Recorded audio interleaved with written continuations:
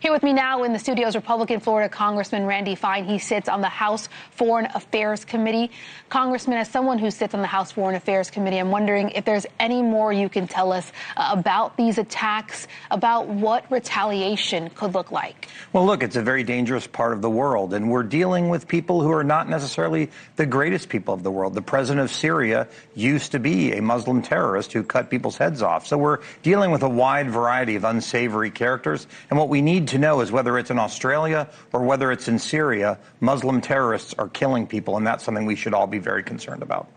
I mean, certainly there is a wide variety of unsavory characters this weekend dealing with or speaking to that Australian attack. 11 people killed there, dozens more injured, and what authorities are calling a targeted attack against Jewish people, calling this a terror attack. 2 gunmen, we understand, opened fire, one of them being killed, one of them in custody in critical condition.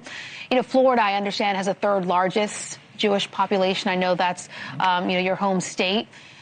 What does this ignite within the Jewish community? I know this is Australia, but there is a real Jewish community here who every day, as we talked to a guest a moment ago, that deals with the threat of anti-Semitism. Well, it creates real concern because when we look at the attackers in Australia, one was a Muslim from Pakistan, the other one was from Lebanon, who immigrated to Australia and then killed Jews because they're angry, theoretically, about something happening in Israel. None of this makes any sense. And the fact of the matter is there's people like that in our own country. We saw it in Washington when 2 Israelis were gunned down. We saw it in Colorado earlier this year when Jews were burned alive. So we have a problem across the world, and that's why a story that people think is about Australia matters here in the United States as well. So what I'm telling Jews in Florida is be ready and be prepared. You never know what's going to happen. Yeah, there's a whole community of Jewish people around the world that are right now sitting in fear. Yep. On the first day of Hanukkah in Australia, this happening.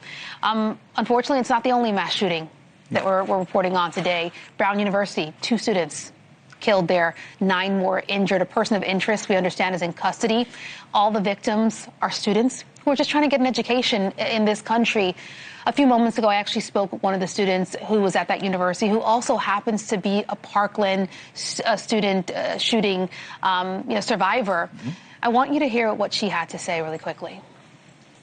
I'm hanging in there. Unfortunately, I do think I'm more equipped than my peers because I've coped with this before. I've spent the last 7 years learning how to live my life with PTSD. And so I have the resources to cope with this. But at the same time, it just doesn't feel real. And I'm also incredibly angry that this country has let this happen to someone like me again.